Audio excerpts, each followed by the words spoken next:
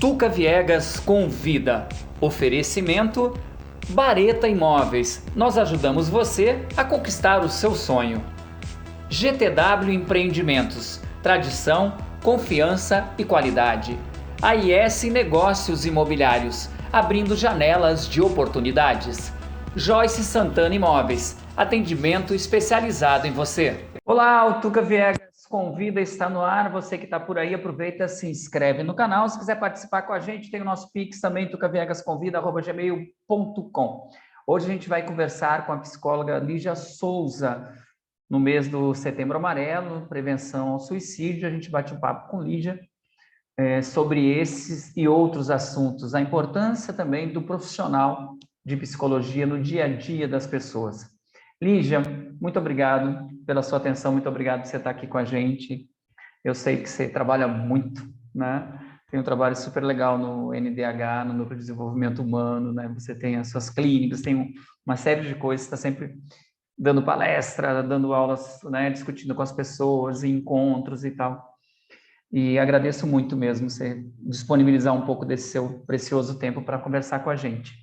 Queria te agradecer e começar te perguntando a importância, né, do Setembro Amarelo, né, nesse contexto que a gente vê hoje, né, com dados da OMS, que o suicídio aumentou nas Américas, diminuiu no resto do mundo, mas nas Américas aumentou em 17% nos últimos 5 anos. Como é que você vê essa questão do Setembro Amarelo, a importância, né, desse mês de prevenção ao suicídio?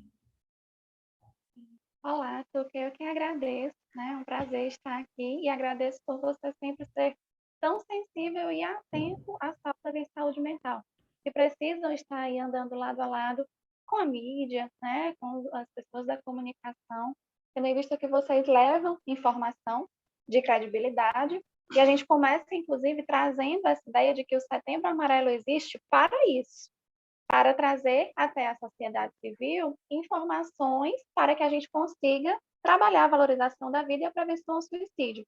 Por muito tempo houve aquele mito, aquele tabu, não vamos falar sobre isso porque isso aumenta o risco. Mas, na verdade, a gente precisa chegar até a população para dizer que isso acontece não é de hoje, está acontecendo numa perspectiva micro, né, dentro de cada família que passa por isso, e também numa perspectiva macro, dentro do que hoje se considera um problema de saúde pública, devido aos números que são alarmantes. Então, como não falar sobre isso, né?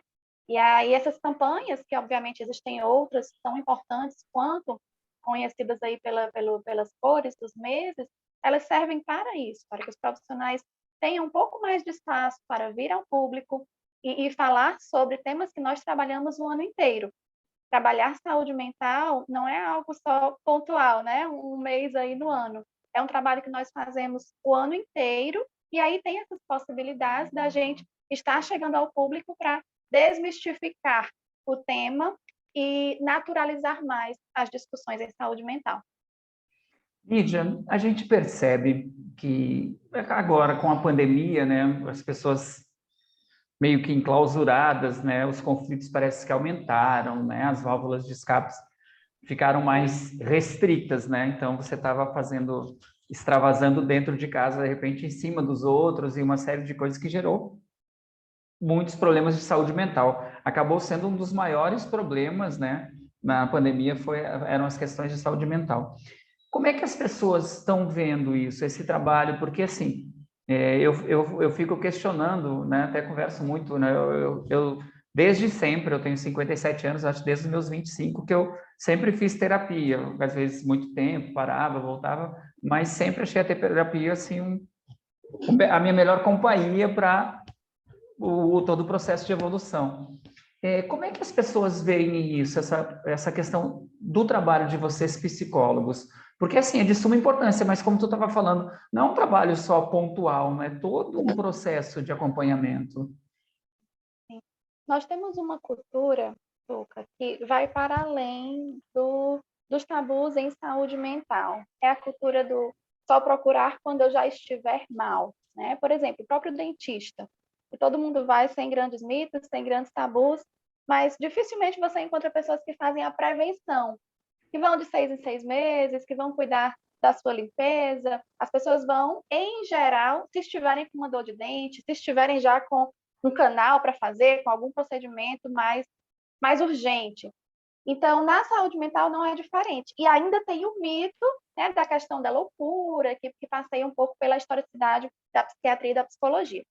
Então, a cultura do não prevenir tem nos custado caro, porque nesse não prevenir, nesse não avaliar, nesse não atentar, todos nós passamos por sofrimentos, o sofrimento é inerente à condição humana, e esses sofrimentos podem desembocar em adoecimentos. Então, nessa ideia de que só vou buscar ajuda se de fato eu estiver numa perspectiva extrema, o extremismo no âmbito da saúde mental pode ser a morte. Então, não tem como a gente esperar muito para procurar ajuda. Quando eu percebo um adolescente, quando eu percebo um idoso, que são hoje as nossas maiores preocupações, tradicionalmente sempre foi a terceira idade, os idosos, tendo em vista que, por muitas vezes já vivenciarem alguma doença crônica, já vivenciarem alguma doença com dores, e já sentirem a morte como próxima, junto, obviamente, a um contexto de isolamento, de negligência, de abandono, de já ter perdido o seu cônjuge, né, o seu esposo ou a sua esposa de anos. Então, muitas vezes os idosos sentiam, né, que estavam antecipando uma morte que já era sentida como próxima. Tradicionalmente, a terceira idade sempre foi o que nos causou mais preocupação. Hoje a gente já tem uma preocupação maior na juventude, adolescência e começo, né, da idade adulta, mais especificamente entre os 15 e os 24. E aí, hoje, estão se formando outros grupos de risco, como, por exemplo, os homens, né, na faixa de 40 anos, desempregados, solteiros, sem filhos, ou seja, sem fortes vínculos afetivos, sem fortes redes de apoio.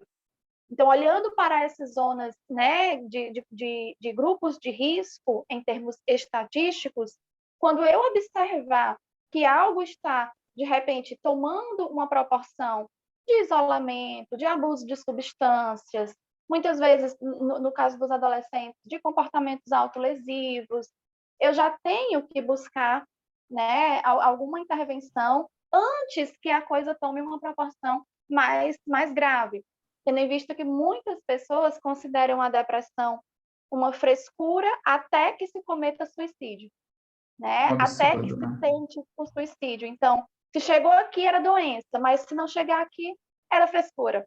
E aí, quem é que determina essa linha tênue? E até quando nós podemos arriscar se passa dessa linha ou não? O nosso trabalho é prevenir. O nosso trabalho é prevenir e atuar em toda e qualquer pessoa que demande sofrimentos e, principalmente, quando esses sofrimentos desembocam em adoecimentos, tendo em vista a correlação dos adoecimentos mentais com as ideações e tentativas de suicídio. E assim, com essa questão, né, como a gente estava falando, com essa coisa da pandemia, as pessoas começaram a se alertar um pouco mais, mas ainda existe muitos tabus, né? Que eu acho que quando você falou agora, essa coisa da, não, eu só vou pro psicólogo para quê? Eu não tô doido, né? Já tem essa coisa assim, se cria estigmatiza a coisa como e é aquela coisa assim que vocês colocam muito bem que não é o psicólogo que resolve o teu problema, é você que resolve, né? O psicólogo te dá meios para que você descubra dentro de você as suas próprias soluções, né? Que isso é que é o mais importante, né? Vocês nos ajudam a gente se descobrir, né? Eu acho que é o princípio, né? Sim, sim, sem dúvida, nós não fazemos milagres e nem tampouco conhecemos o sujeito mais do que ele mesmo, né? O que nós fazemos é abrir um canal de fala, mas não é qualquer fala. É uma fala onde eu consiga me acessar. Quando nós conversamos com qualquer pessoa no ambiente de trabalho, de vizinhança, nós temos aí alguns pudores, até pelas próprias normas sociais, do que é ético ou não falar, de como é bonito ou não eu me comportar.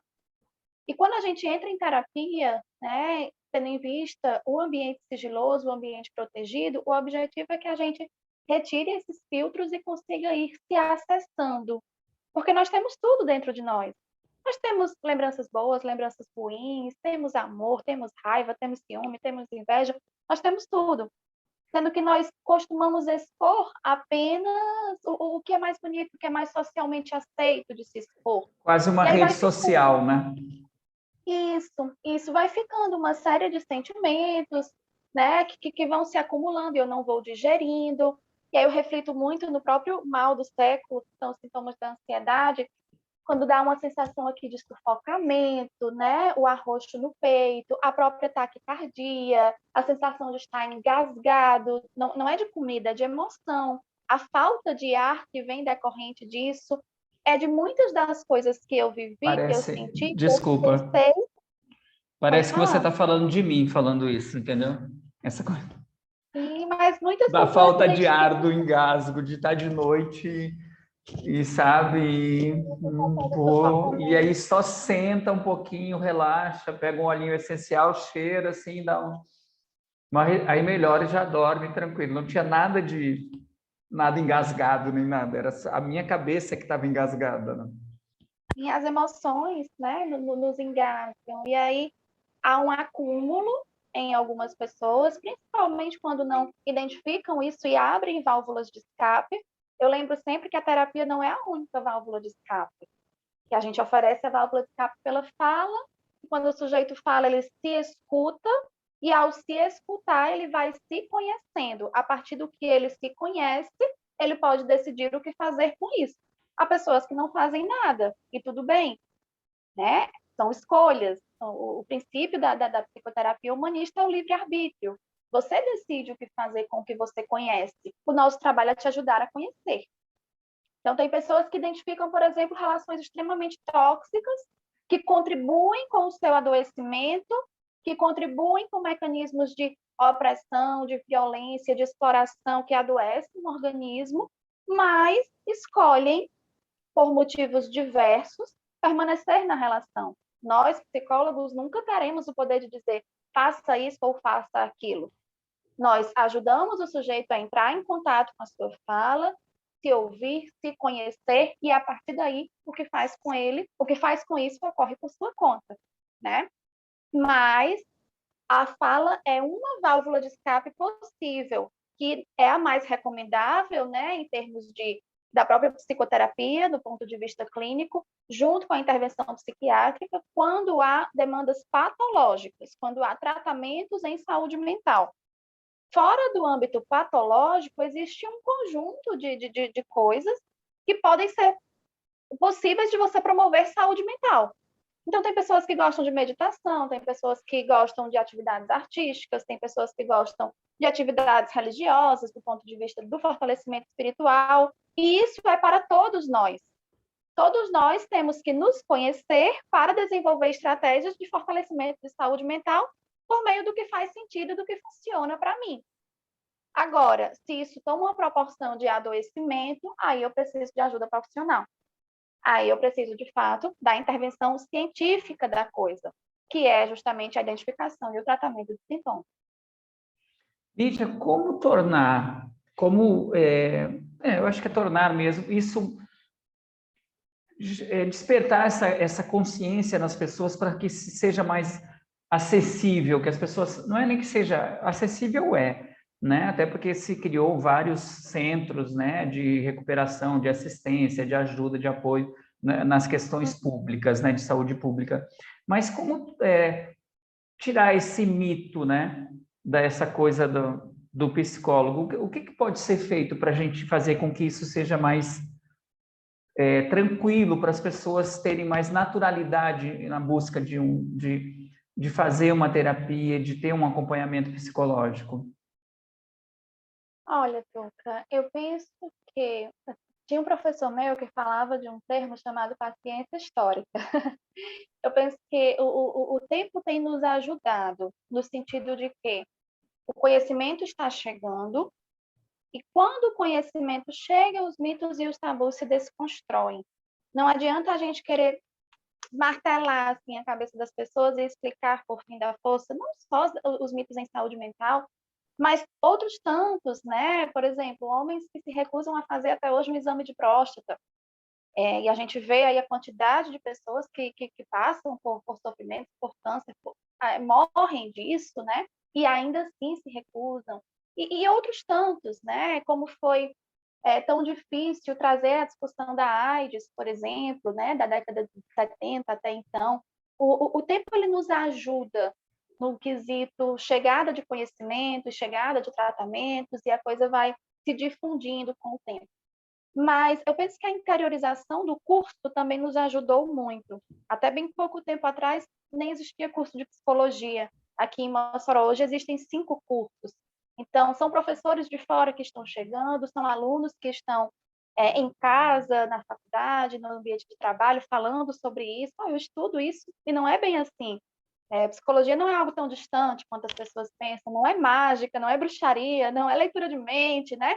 Vai vai chegando de uma perspectiva mais natural. Nós estudamos teóricos, né, que construíram suas teorias com base em métodos científicos e, e fazem um trabalho em torno disso. Isso não nos faz super-heróis, isso não nos faz portadores de talentos especiais.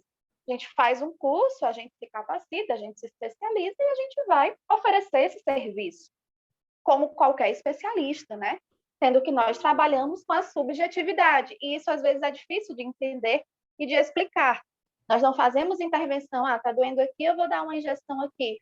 Nós entramos em contato com o sujeito dentro da sua subjetividade, então às vezes é o que ele não diz, é o que ele, né, se nega por ter dificuldade de entrar em contato, mecanismos de repressão, de resistência, e a gente está aqui para estudar esses mecanismos e dizer, olha, tem um sintoma aqui, né? Olha, o teu corpo está falando com você por meio desse sintoma. Os sintomas psicológicos são isso, né? São a forma do nosso corpo falar com a gente.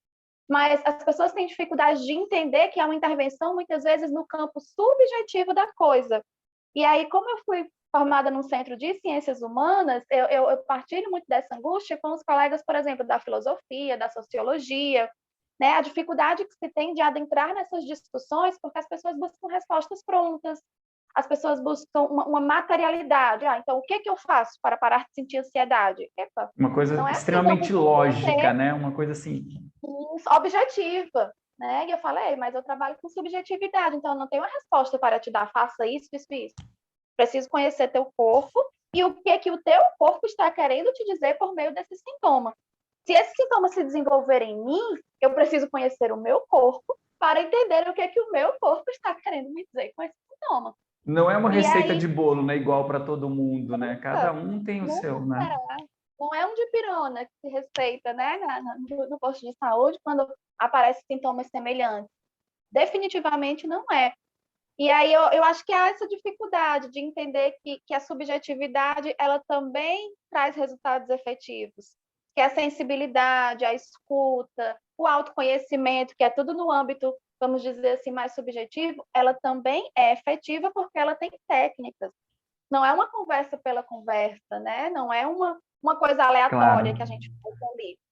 Então, eu percebo que muitas pessoas têm essa dificuldade. Mas como é que isso aqui vai funcionar? Eu quero que você me diga o que fazer para que eu melhore. Mas eu digo, ei, peraí. O que vai fazer você melhorar é você se conhecer, é você tomar consciência do que está te adoecendo e é você se propor a mudar hábitos. Se Uma não coisa. houver essa mudança de hábitos, a gente para. A gente para por aqui. Se você continuar dando os mesmos estímulos, seu corpo vai continuar emitindo as mesmas respostas. Você pode ir para psicólogo e para psiquiatra que for. Entende? E aí, como isso demanda uma autorresponsabilidade e todo um investimento de energia do sujeito, as pessoas falam, opa, então isso aqui parece mais difícil do que eu pensava. E quando eu vou no médico, ele me receita algo, eu tomo, fico bom. E aqui eu estou vendo que eu vou ter que pensar nas minhas relações, pensar no meu trabalho, pensar na forma como eu estou me alimentando, descansando, pensar na forma como eu estou me comportando. E aí, se eu não me propor a mudar o que está me dando um estímulo de adoecimento, eu permanecerei no mesmo lugar. É aquela coisa de você tem uma participação, né? E muitas vezes a gente não quer, né? A gente quer a solução pronta, né? Aquele comprimidinho que você tomou, um golinho d'água, pronto, não vai sentir mais aquela dor. Só que as dores da E alma não acabam assim, né? Essas são não, mais trabalhadas. eu até estava fazendo um trabalho, Tuca, refletindo sobre um certo incentivo, se a gente pensar que a gente vive num mercado capitalista, né? Eu costumo dizer que o mercado está fabricando ansiosos para fabricar produtos que aliviem a ansiedade, Total. Você tem que ser né? o melhor, só o melhor, todo mundo competindo. Tá criando um monte de frustrados, né? Porque se você não atinge E aquilo ali, a busca por produtividade e até um mercado, literalmente falando concreto, as pessoas estão vendendo brinquedos para apertar e aliviar a ansiedade. Os fitoterápicos à base de maracujá nunca foram tão vendidos, né? A indústria farmacêutica, um boom, nem se fala. E uma série de coisas, como o áudio acelerado do WhatsApp, isso é um produto para ansiosos, né? Os brinquedos de apertar bolinhas são produtos para ansiosos, então tem gente lucrando com esses muito. sintomas. Nós estivermos muito atentos a isso, a gente acaba, assim como a indústria da beleza, né, que se esforça para nos fazer sentir-nos feios, enfim, para que a gente consuma algo em direção ao ideal. Da saúde mental está acontecendo a mesma coisa. Há fatores como a violência, como o abuso das telas, da tecnologia, que contribuem com o adoecimento, mas há também uma fomentação de você se reconhecer ansioso para você consumir. Quando você falou agora, citou essa coisa da beleza, eu estava lendo hoje de manhã, um desses portais de medicina, e falando do aumento das rinoplastias, né, nas correções, né, digital, mas não eram correções de desvio de septo, alguma coisa que dava problema para você respirar, alguma coisa desse tipo.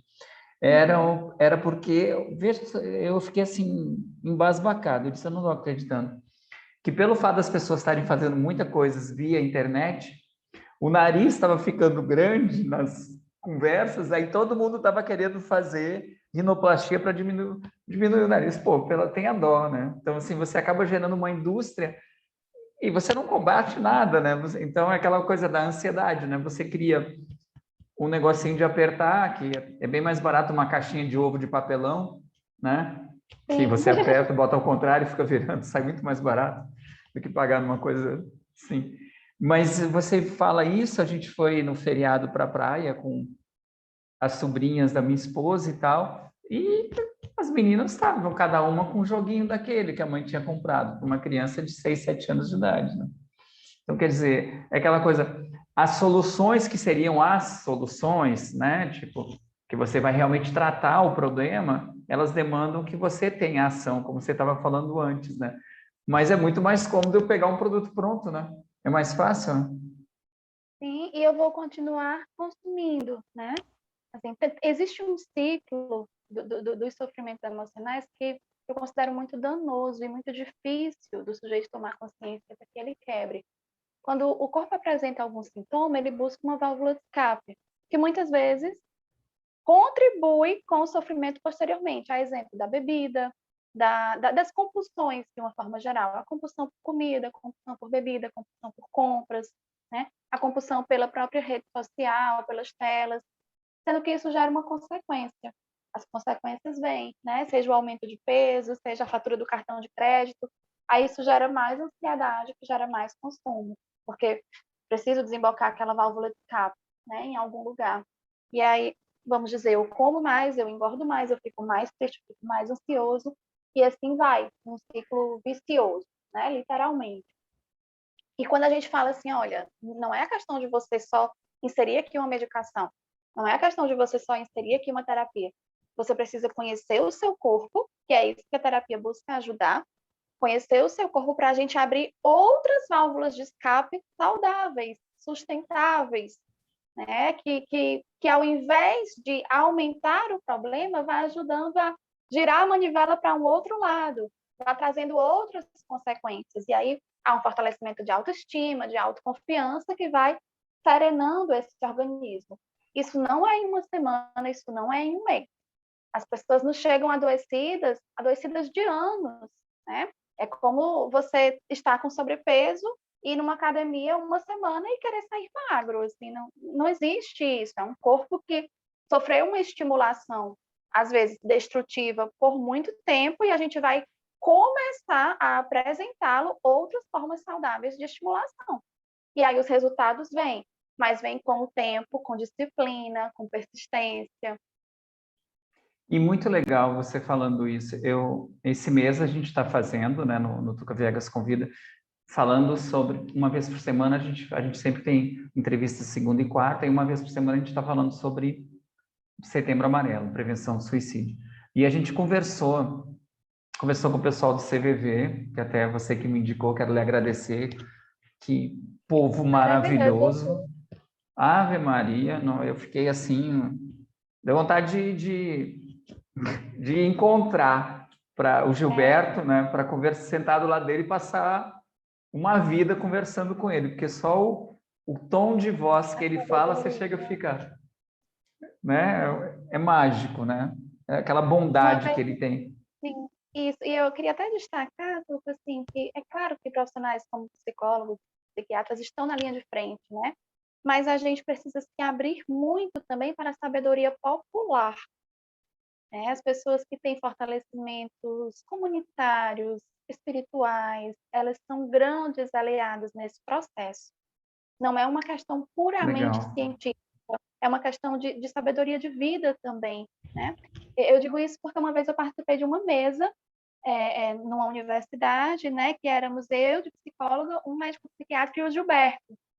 E eu disse, nossa, como eu precisava ouvir o Gilberto, né? Assim, a sabedoria que ele traz vai para muito além da academia. E nós precisamos dessas pessoas nessa luta. Assim, eu fiquei, nossa, fiquei assim feliz demais. Me passou uma leveza, assim, uma bondade suprema. Eu fiquei impressionado. E nessas conversas, eu conversei também com o Marcelo Dantas. Marcelo Dantas é da Casa do Caminho, né? Enfim, E é da Federação Espírita. E Marcelo estava dizendo, Tuca, muita gente vem aqui, né, na situação com uma depressão num nível assim absurdo, muito mal, trazido por parentes, normalmente e tal. Mas ele falou uma coisa que eu achei muito legal, que você falou agora, assim, que eu acho isso muito interessante. Ele disse, e a gente coloca, nós não somos como é uma terapia alternativa, a gente é complementar, a gente ajuda. Então, assim, a gente aconselha demais as pessoas que vêm aqui, procurem um médico, procurem um tratamento, um acompanhamento e continuem com a sua fé, continuem com a sua corrida, continuem com, sei lá, com o seu esporte, né? Com alguma coisa que você faça, com o seu hobby de passear, de criar um cachorro, de criar peixe, de cuidar, cultivar plantas, de fazer uma horta, de cozinhar, mas, né, façam as coisas que te deem prazer para você ficar melhor, né? sim, sem dúvidas. O suicídio é considerado um fenômeno multifatorial. Não é apenas psiquiátrico ou psicológico, né? É social, é cultural, né? Então, assim, tudo que te envolve fortalecimento de vínculos são fatores preventivos. Seja na família, seja na escola, seja na igreja, seja num grupo de dança, tudo que envolve fortalecimento de vínculos atua na valorização da vida. Tem um filósofo que eu gosto muito, que é o Spinoza, o Baruch Spinoza, né? Filósofo holandês do século XVII, que traz toda uma construção acerca da espiritualidade, né? De Deus como substância presente em todo e qualquer ser vivo, enfim. E ele traz que nós nos potencializamos por meio dos encontros, dos bons encontros. Apenas em interação que nós podemos potencializar a vida. Então, assim, a gente busca resgatar um pouco o sujeito de um contexto de isolamento, de um contexto onde não há perspectiva de futuro, de um contexto onde ele não se sente importante para alguém. Então, tanto faz, né, se eu estiver ou não estiver aqui, que é o que traz todas aquelas frases que nós estamos cansados de ver nas redes sociais. Seria melhor se eu não existisse, eu sou apenas um peso, ninguém vai sentir minha falta mesmo, que está na base desse sofrimento da ideação. Quando a gente fortalece vínculos, a gente está trabalhando diretamente na prevenção. Vínculos de amor, de amizade, de trabalho, de coleguismo mesmo, né? Num grupo, num time. Então, apenas potencializando encontros é que nós estaremos, de fato, atuando na valorização da vida. Eu até comentei no dia do psicólogo, acho que eu fiz um comentário até numa postagem sua e também da Carol. Tipo, como é mágico esse trabalho de vocês, porque vocês escutam a dor do outro, né? E vocês trabalham para que o outro trabalhe a sua própria dor, né? Porque não adianta, porque senão ele vai viver eternamente dependendo de alguém para estar bem. E vocês fazem com que ele se cure, né? Vamos dizer assim, porque não é uma mágica. E às vezes isso demanda também intervenção medicamentosa, tá? Eu gosto sempre de destacar isso. Eu lembro até eu vou até fazer, eu acho que eu gosto muito de colocar exemplos meus, eu há pouco tempo, há 3 anos, eu estava numa fase péssima, muito depressivo, tinha acabado um negócio que eu não tinha tido êxito, fiquei com dívidas absurdas, e eu procurei, né? Procurei inclusive Carol, né? Que eu amo, que é para mim um excelente profissional, Ave Maria. E Carol me passou para um psiquiatra. Eu disse, Tuca, você precisa de medicamento. E eu comecei a tomar lítio, né? Para poder ordenar. E a partir daí a gente vai fazendo um acompanhamento. E foi o que me... Tipo, não quer dizer que eu esteja massa, né? Tem que continuar muito, mas assim, eu saí de uma crise terrível que eu estava. Eu não tinha estímulo nem para levantar. Eu queria ficar deitado o tempo todo, aquela fuga total de tudo, na realidade. E isso foi fundamental para que opa, para aí, o que você tem, né? Eu comecei a conversar comigo. Então, assim, isso é muito fantástico, essa coisa de vocês porque como tu fala, são profissionais, né? Não é um chute, não é tal, porque senão você pegava na internet, como as pessoas acham que tudo tem na internet agora, e resolve, né? Pode até ter na internet, mas uma consulta online, que já é outro papo, que já é um avanço. Mas você tem que ter alguém que esteja sabendo, porque você é um caso específico, né, Lídia? Eu acho isso que as pessoas têm que ter consciência, né? Não é aquela dieta, né, que você pega da blogueira e você aplica para você e você passa para suas amigas, não. A gente trabalha com singularidade. Cada organismo é único, cada pessoa tem sua história, mesmo que seja o mesmo diagnóstico, um diagnóstico de transtorno depressivo maior, mas cada organismo vai ter a sua combinação de sintomas, e aqueles sintomas estarão falando de coisas diferentes dentro da história de vida de cada um. Então, definitivamente, não há fórmulas, não há receita de bolo, como você mesmo disse. Cada pessoa tem que se conhecer, conhecer as suas válvulas de escape. Algumas delas têm demandas patológicas que incluem a medicação, outras não. Outras a psicoterapia, aliado com outras promoções, né? Algumas práticas integrativas e complementares em saúde, as PIC, também nos ajudam muito. Mas quando nós vemos um organismo adoecido, e aí a gente fala de instabilidade de humor, a gente fala de déficit de atenção, concentração, mexe no nosso apetite, tem pessoas que comem demais, outras que não comem, mexe no nosso sono, tem pessoas que dormem demais, tem pessoas que não dormem. Então, quando a gente está falando de um corpo que, por exemplo, não está dormindo, está comendo compulsivamente, não está se concentrando, está sem energia, desanimado, a gente não fala apenas de uma intervenção psicológica, a gente fala também da necessidade desse corpo ser medicado para se levantar um pouquinho, organicamente falando, e conseguir trabalhar no âmbito subjetivo, no âmbito psicológico. Lígia, eu sei que a gente fala muito disso, mas vou acabar me contradizendo agora. Mas, assim, para as pessoas que estão nos vendo, se a gente percebe, se a gente sente alguma coisa que a pessoa não tá bem, tem algum procedimento, o que seria melhor, a forma... Claro que a primeira coisa seria, vamos lá, vamos consultar um médico, vamos te examinar, vamos ver como é que você está. Mas muitas vezes é difícil você chegar até a pessoa para a pessoa fazer isso, né? As pessoas rejeitam muito, elas criam as barreiras, né? Tem alguma coisa uma forma que a gente possa fazer tentar uma forma mais leve, um método diferente para se chegar até a pessoa que a gente percebe que ela está precisando? Então, se você tem a oportunidade de ouvir, e se essa pessoa está confiando em você nesse momento para falar, escute. Escute numa perspectiva acolhedora, se possível. O que é uma perspectiva acolhedora? Deixa eu tentar, pelo menos, evitar me comparar com ela. Porque se fosse eu, mas quando eu passei por isso, ou compará-la com alguém. Mas você não viu sua prima que passou por isso e fez isso e isso?